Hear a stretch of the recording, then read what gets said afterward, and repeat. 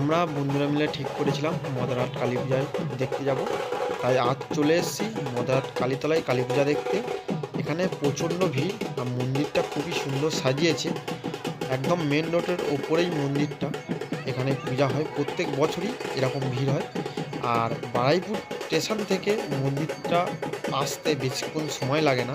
তার কারণ বারুইপুর থেকে অটো বা রিক্সাতে বললে যে মদারহাট কালীতলায় যাব, একদম এসে এই মন্দিরের সামনে নামিয়ে দেবে।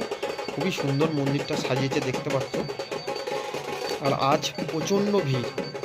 এই ভিড়েতে আমি একদম ঠিক করে দাঁড়াতেই পারছি না, দেখতেই পাচ্ছ ক্যামেরা নড়ছে শুধু। আর পুজোর সময় এই মন্দিরের ঠাকুরটা এতটাই সুন্দর লাগে, এতটাই সুন্দর দেখতে লাগে, কি বলবো, দেখতেই বুঝতেই পারছো। আর ওর গায়ে, ঠাকুরের গায়ে সোনার সব কিছু লাগানো আছে, দেখেই বুঝতেই পারবে। তাই জন্য অনেক পুলিশ দাঁড়িয়ে আছে মন্দিরের একদম ভেতরে ঠিক। আর বাইরেটা দেখো এতটাই ভিড়, প্রচণ্ড ভিড় হয় প্রত্যেক বছরই। আমি এই আজ নিয়ে সেকেন্ড 2 বছর এলাম।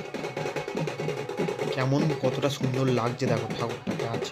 মানে পুজোর দিন কিন্তু ঠাকুরটার এতটাই সুন্দর রূপটা দেখা যায়, কিন্তু নেক্সট টাইমে আসবে অতটা ভালো লাগবে না। কিন্তু আজকে যতটা ভালো লাগছে, সবাই তাই দেখতে আসে, সবাই ছবি তুলছে। মন্দিরটাও খুবই সুন্দর সাজায়, রং করে। আর একদম এই রাস্তাটা দেখছো, রাস্তার উপর সবাই দাঁড়িয়ে আছে, গাড়ি চলাচল পুরোই বন্ধ একদমই। আর এখানে প্রত্যেক বছর এরকমই ভিড় হয়। আর এরম দিনে, প্রত্যেক বছরই এরম দিনে ঠাকুর পূজা হয়। আর ঠিক শনিবার দিন করেই পূজাটা হয়, প্রচুর বড় মেলা। আর এরম দিনেই বারুইপুর 4 নম্বর, বারুইপুর স্টেশনের 1 নম্বর স্টেশনের গলিতে এরম কালী পূজা হয়। আমরা দেখতেই আমরা তো ঘুরছি, বন্ধুরা মিলে ঘুরছি চারিদিকে। আর রাস্তার ধারে ধারে কিন্তু এই দোকানগুলো, একদম রাস্তার ধারে ধারে, মেন রাস্তার পুরো ধারে ধারেই এই সব দোকান বসে থাকে। আর প্রচণ্ড ভিড় হয়, রাস্তার পুরো জ্যাম থাকে।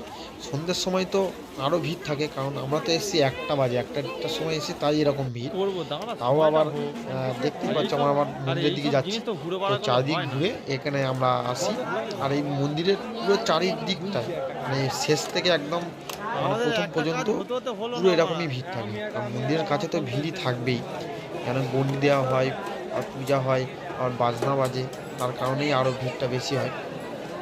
আস্তে আস্তে আমরা আবার মন্দিরের দিকে যাচ্ছিলাম, তো যেতে গিয়ে দেখছি এতটাই ভিড়। মন্দিরটা অনেকটা বড় মন্দির, পুরো একদম কি বলবো, ঠাকুরটা মানে এতটা সুন্দর লাগে এই মন্দিরের অনুযায়ী, খুবই সুন্দর দেখতে। আর এই মদারহাট কালী পূজার নাম করা আছে খুব, তাই তার কারণে কিন্তু আরও ভিড় হয়। দেখতেই পাচ্ছ কত ভিড় মন্দিরের সামনে, অনেকে সব দাঁড়িয়ে আছে। আমরা একদম যেতেই পারছি না, মানে বাড়ি ফিরবো, বাড়ি ফিরতে পারছি না, এতটাই ভিড়। তারপরে মন্দিরের সাইড থেকে যাওয়া যায়, কিন্তু সাইডের দরজাটা বন্ধ করা, আমরা যেতে পারিনি। তাই আমরা ওইখানে দাঁড়িয়েছিলাম অনেকক্ষণ। সব ঠাকুরের মানে বাজনা বাজছে, তারপর আবার মাইকে অ্যানাউন্স করছে যে যারা গন্ডি দেবে তাদের আবার বলছে। তাই আমরা ভাবলাম যে তার আগে তো বেরোতে হবে, নাহলে গন্ডি শুরু হয়ে গেলে আমরা আর বেরোতে পারবো না। কারণ এই রাস্তাটা পুরো একদম স্নান টান করে রাস্তা দিয়ে গন্ডি দিতে দিতে আসে, তো একদমই যাওয়া যাবে না ওই সময়। তাই জন্য আমরা সব দাঁড়িয়েছিলাম। এতটাই ভিড়, একটুও এগোচ্ছে না। আমরা সব বন্ধুরা মিলে সব দাঁড়িয়ে আছি। বাড়ি ফিরবো 2-3টা বাজে, বাড়ি তো ফিরতে হবে। দেখো শেষ থেকে একদম মন্দিরের প্রথম পর্যন্ত দেখো পুরো একদম ভিড়, এরকম ভিড়। সন্ধ্যের সময় তো আরও ভিড় ছিল, ঠিক আছে। এখন তো আমার 2-2-2:30 বাজে মনে হয় এখন, কিন্তু এই সময়টায় দেখো ভিড়টা কেমন। বারুইপুর এলাকায় তো, আর এরকম ভিড় হওয়া মানে স্বাভাবিক। তার কারণ বারুইপুর এলাকাতে এটা সবথেকে বড় পূজা হয় মদারহাটে, নাম করা। আর এখন দেখতে পাচ্ছ কেমন ঠেলাঠেলি হচ্ছে, কতটা ভিড় দেখো শুধু। দেখতে থাকো ভিডিওটা, আর ভালো লাগে লাইক করে চ্যানেলটা সাবস্ক্রাইব।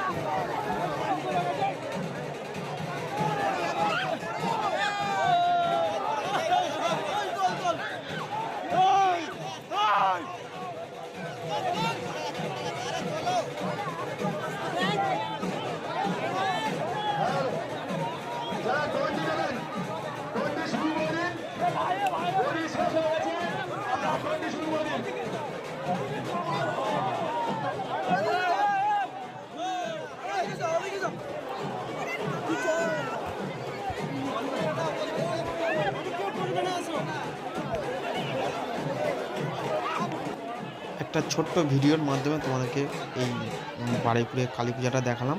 যদি ভিডিওটা ভালো লাগে লাইক করো, চ্যানেলটা সাবস্ক্রাইব করো, আমার পাশে থেকো।